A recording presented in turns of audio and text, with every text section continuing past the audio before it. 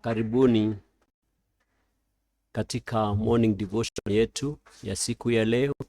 Siku ya leo kukiwa ni siku ya Jumatatu. Tunashukuru kwa umbali huu ambao Mwenyezi Mungu ametuleta. Kwa majina ninaitwa Patrick Karanja Njuguna na nimeokoka. Yesu Kristo ni Bwana. Tuombe. Mwenyezi Mungu Baba wa mbinguni, tunakushukuru kwa neema na rehema zako. Tunakushukuru Baba kwa upendo na amani yako. Tunakushukuru kwa sababu ya huruma yako. Ni asante Jehova Baba kwa umbali huu ambao umetufikisha. Tunasema asante. Tumeuona mkono wako, tutambua nguvu na uwepo wako Bwana. Baba Mwenyezi Mungu, ninaponenea watu wako, naomba Baba Mwenyezi Mungu hata nawe ukaninenea kupitia kwa neno lako. Na ni katika jina takatifu la Yesu Kristo nimeomba na kuamini. Amen.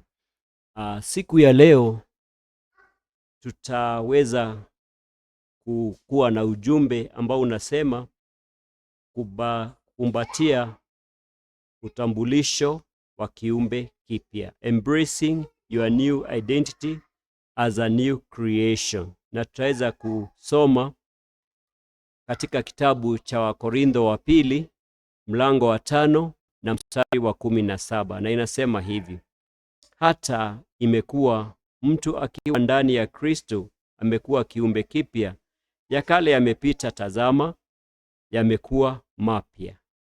Na kuna njia mbili za kutambua mtu, na njia ya kwanza ni njia ya mwili, na hiyo njia nyingine ni njia ya kiroho.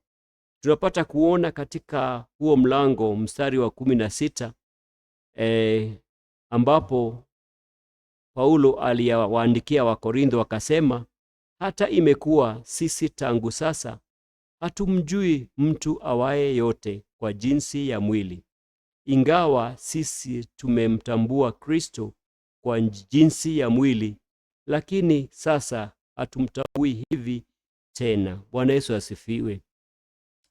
Kristo, wale ambao walikuwa wanamtambua pale mwanzoni, walijua ya kwamba yeye alikuwa ni mtoto wa seremala.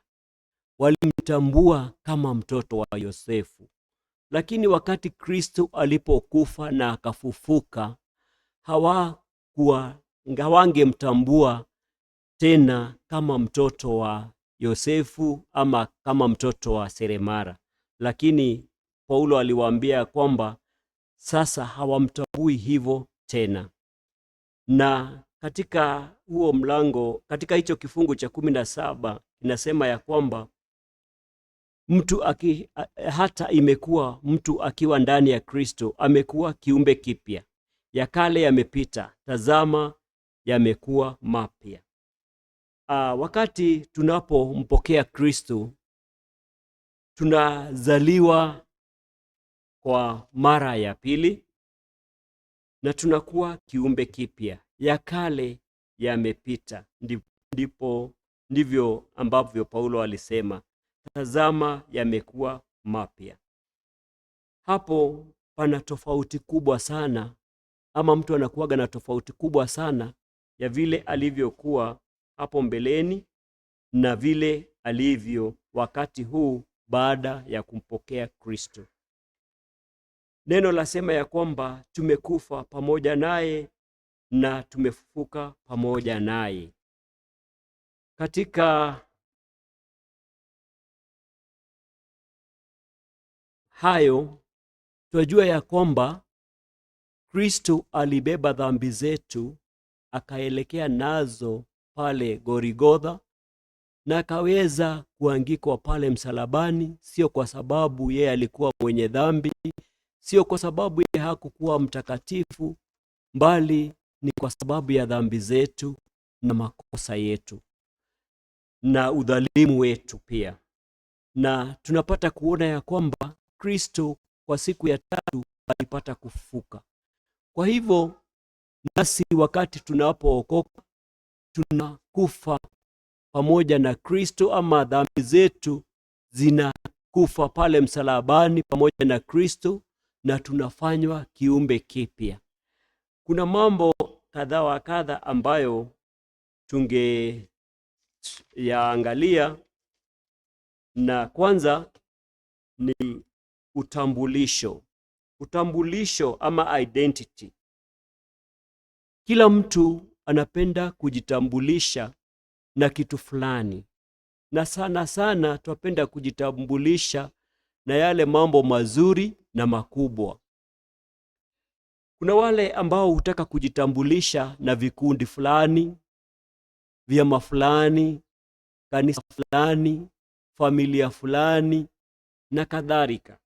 Lakini katika hiyo mlango tunaona ya kwamba ukisoma katika kitabu katika Biblia, katika Wagalatia mlango wa 2 na mstari wa 20, yasema ya kwamba nimesulubiwa pamoja na Kristo, lakini ni hai, wala si mimi tena, mbali Kristo yu hai ndani yangu.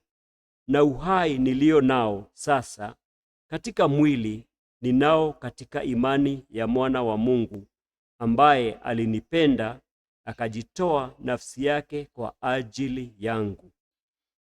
Neno lasema ya kwamba tulikufa pamoja naye pale msalabani na tukaweza kufufuka pamoja naye. Tumefanywa viumbe vipya ndani ya Kristo. Kwa hivyo maisha yetu sio yale tuliyokuwa tunaishi pale mbeleni.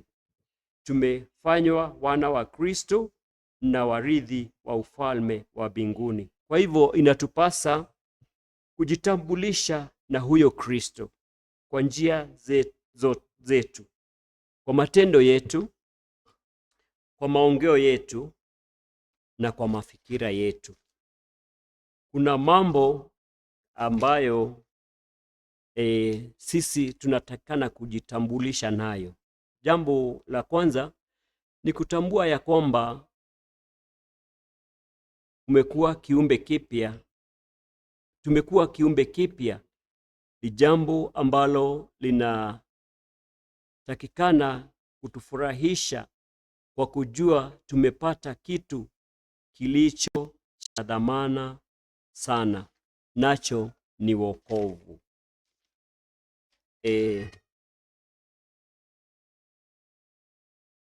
Kuna njia 4 ambazo zinafaa kubadilisha maisha yetu na kutambulisha na Kristo.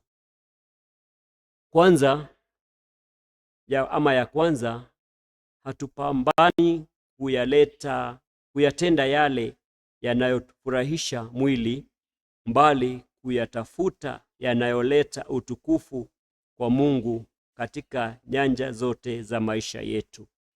Na kwa hiyo tutaweza kusoma katika kitabu cha Wakorintho wa kwanza mlango wa 10 na mstari wa 31.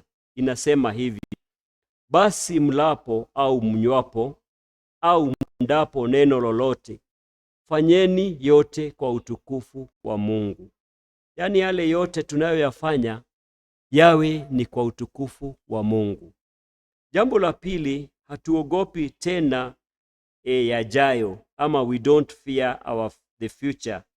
Na tutaweza kuona katika kitabu cha Isaia mstari wa 40, kifungu cha 41 ama mlango wa 41 na kifungu cha 10. Lile lingine ni kwamba, jambo la tatu, hatuna haja tena kujitukuza au kujilinganisha na wengine, mbali twatamani kuyafuata na kuyatafuta yale yanayomtukuza Kristo, na ambaye uhai wetu umefichwa ndani yake. Na kutusaidia kuelewa hayo, tutaweza kuona kitabu cha Warumi mlango wa 14 na mstari wa 5 hadi wa 8. Yote ambayo tunayafanya kwa ajili ya Kristo. Na la mwisho ni kwamba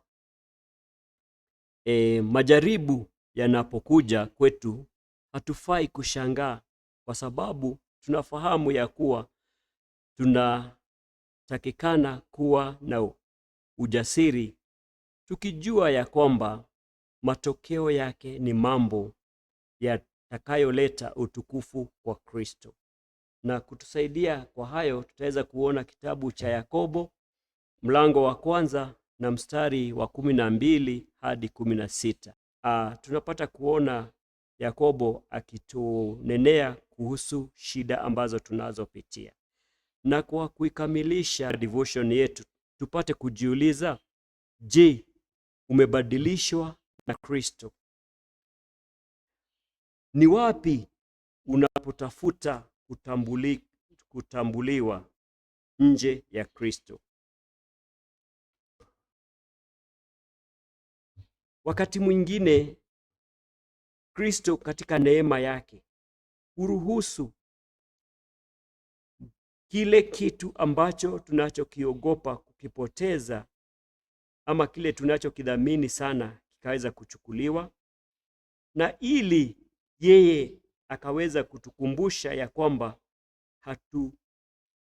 hatujitambulishi pamoja naye. Kwa hivyo siku hii ya leo ni siku njema ambayo ninawaomba ya kwamba tukaweza kujitambulisha na huyo Kristo ambaye alikufa na akaja kwa ajili ya dhambi zetu. Tuko na uhakikisho ya kwamba hata nasi tukifa tutafufuka na tutaishi na huyo Kristo siku ambazo hazina mwisho. Tuombe.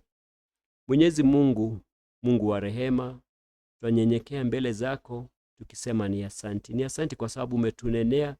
Tuomba Jehova Baba Mwenyezi Mungu katusaidia kuweza kujitambulisha nawe, na ni katika jina takatifu la Yesu Kristo tuomba na kuamini. Amen.